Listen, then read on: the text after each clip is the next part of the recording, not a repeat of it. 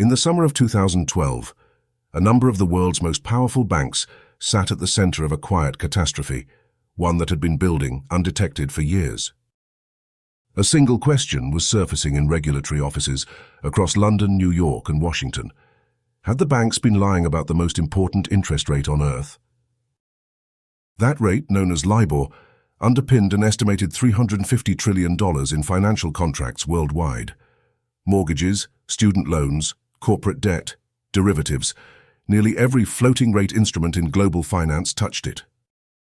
And it had been manipulated, systematically, for years, by the institutions that were supposed to guarantee its integrity. LIBOR stands for the London Interbank Offered Rate.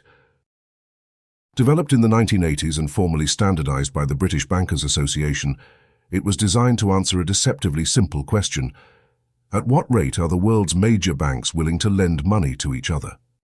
Every business day, a panel of major banks submitted their estimates across multiple currencies and maturities. Those numbers were averaged, the top and bottom quartiles trimmed, and a single rate was published. Clean, simple, trusted, and as it turned out, deeply exploitable. By the mid-2000s, LIBOR had become the foundational benchmark for global credit. Think of it as the pulse of the entire financial system. If that reading was false, everything calibrated against it was quietly, structurally distorted. The institutions later implicated included traders and senior figures at Barclays, UBS, Deutsche Bank, Royal Bank of Scotland, Rabobank, JP Morgan, and Citigroup. These were not fringe players. These were the architecture of global finance. To understand the manipulation, you must understand how LIBOR was actually constructed. Banks were not reporting actual transaction rates. They were self-reporting hypothetical estimates, answers to the question, at what rate could you borrow today if you needed to? That distinction matters enormously. There was no transaction to verify, no audit trail, no external confirmation.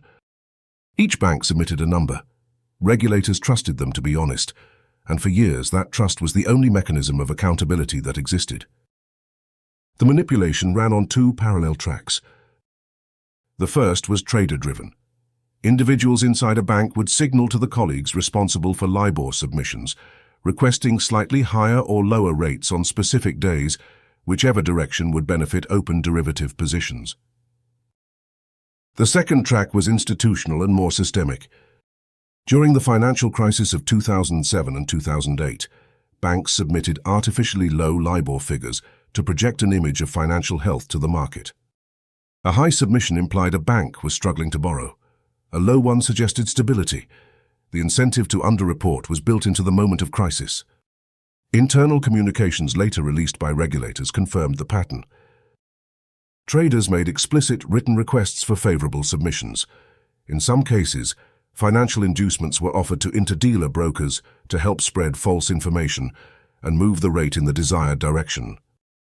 The earliest documented evidence of manipulation dates to 2005. Records show that Barclays had begun attempting to move dollar LIBOR and Euribor, the Eurozone's equivalent, to benefit its trading positions during the global economic upswing. By August 2007, the New York Federal Reserve had received communications suggesting that banks were setting LIBOR submissions artificially low. The financial crisis was beginning to fracture the system. Northern Rock in the UK had collapsed. Funding pressure across the sector was mounting and severe. In November 2007, a senior Barclays submitter noted in an internal email that the bank's submitted LIBOR rates were not indicative of the genuine cost of borrowing. 1 month later, a Barclays staff member informed the New York Fed directly that LIBOR was being fixed at an artificially low level. The warnings were documented. They were communicated to major regulatory bodies, and for years no public investigation followed. In October 2008, a phone call took place between Paul Tucker of the Bank of England and Bob Diamond, then head of Barclays Investment Bank. An email Diamond sent to colleagues afterward described Tucker as implying that Barclays' LIBOR submissions did not always need to be as high as they had been recently. Tucker later clarified that this was not an instruction to manipulate the rate. The exact meaning of that conversation remains, to this day, disputed. Formal investigations launched in 2010 On June 27, 2012, the first public reckoning arrived. Barclays admitted misconduct. US and UK regulators imposed combined penalties of approximately £290 million. Within days, CEO Bob Diamond resigned. Chairman Marcus Agius followed. The UK's Serious Fraud Office launched a criminal investigation. If this history matters to you, take a moment right now to like this video and subscribe. More deep dive financial history is exactly what this channel delivers every week. Barclays was only the beginning. What followed was a cascade of settlements, fines and criminal referrals that stretched across multiple continents and continued for years. In December 2012, UBS was fined a total of $1.5 billion by US, UK and Swiss regulators. Investigators found that UBS traders had made over 2,000 written requests for favorable rate movements between at least January 2005 and June 2010. The scale was described by regulators as extensive and systematic. The Royal Bank of Scotland was fined $612 million in early 2013. Deutsche Bank received a $2.5 billion penalty in 2015, the largest individual fine in the scandal at that point. Rabobank, Lloyds, JP Morgan and Citigroup each settled with regulators in turn. In 2013, the European Commission fined a group of banks, including Deutsche Bank, Royal Bank of Scotland and JP Morgan, a combined €149 billion for cartel behavior related to LIBOR manipulation across yen and euro interest rate derivatives. By 2015, global regulatory fines had exceeded $9 billion. The investment firm Keefe, Bruyette and Woods estimated that private legal settlements, separate from regulatory penalties, could ultimately total $35 billion across all implicated institutions. Criminal prosecutions followed, though they were slower and harder to sustain than regulatory actions. Individuals were arrested and charged in the United Kingdom and the United States. Some convictions were later appealed or overturned on legal grounds. The full personal accounting remains, in certain cases, incomplete.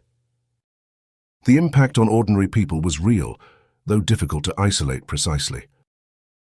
Mortgages and loans tied to LIBOR may have charged more or less than they should have depending on when and how the rate was manipulated. Pension funds and municipal governments holding rate-linked derivatives suffered losses they could not fully trace back to a source. The scandal did not just cost money, it cost credibility. Federal Reserve Chairman Ben Bernanke told a Senate committee in July 2012 that the LIBOR system was structurally flawed and that he lacked full confidence in the benchmark. A central banker stating on the record that hundreds of trillions in global contracts rested on a broken foundation. The structural response was significant. The British Bankers Association was removed from administering LIBOR. In 2014, administration transferred to ICE Benchmark Administration, a regulated entity. Reforms required that future submissions be anchored in actual transactions rather than hypothetical estimates. Replacement benchmarks were developed and promoted. In the United States, the Federal Reserve advanced the Secured Overnight Financing Rate, known as SOFR. In the United Kingdom, the Sterling Overnight Index Average, SONIA, was positioned as the new standard. The global transition away from LIBOR became one of the largest coordinated financial infrastructure overhauls in modern history. By end of 2021, the UK's Financial Conduct Authority had announced that most LIBOR settings would cease publication after December 31st of that year. The final USD settings continued through June 2023. A benchmark that had defined global credit markets for 4 decades was quietly retired. The scandal also catalyzed a broader investigation into banking culture itself. Regulatory findings across multiple institutions documented that senior figures either knew about the manipulation, suspected it, or were willfully indifferent. Compliance structures were inadequate. Incentive systems rewarded short-term profit without any corresponding mechanism of accountability. What made the manipulation so staggering in retrospect was its visibility. Traders sent requests in writing, casual messages, open electronic channels. Some communications read as if the participants assumed they would never be reviewed. The culture in many institutions had normalized the behavior entirely. Public trust, already fractured by the 2008 financial crisis, suffered a second structural blow. LIBOR confirmed what many had come to believe, that institutions positioned at the center of global credit had in some cases actively exploited the system they were trusted to sustain. History records the LIBOR scandal as one of the most consequential financial frauds of the modern era, not for a single catastrophic collapse, but for what it quietly distorted across nearly a decade of global credit markets. The deepest lesson is not about interest rates. It is about the architecture of trust. LIBOR functioned because markets, regulators, and counterparties believed that the submitting banks were reporting honestly. When the incentive to deceive was present and no verification mechanism existed, the benchmark became a tool, not a measure. Every major financial scandal contains, somewhere in its origins, a mechanism that was trusted without being tested. LIBOR was a rate submitted daily by institutions that stood to profit from its movement. That was not a flaw concealed in fine print. That was the design. Reform was necessary, but reform is always a response to the crisis that already happened. The more difficult question, the one that financial historians must continue asking, is where the same structural vulnerabilities exist today, in benchmarks and systems that remain unverified, unquestioned, and deeply embedded. The cracks were always visible. The warnings existed. They were documented. They were communicated. And for years, they were left unanswered, until the architecture could no longer hold. If this deep dive into financial history gave you something to think about, please like this video and subscribe to the channel. Every week, we pull the archived record and reconstruct the turning points the mainstream missed, because understanding what broke the past is the only map we have for navigating what comes next.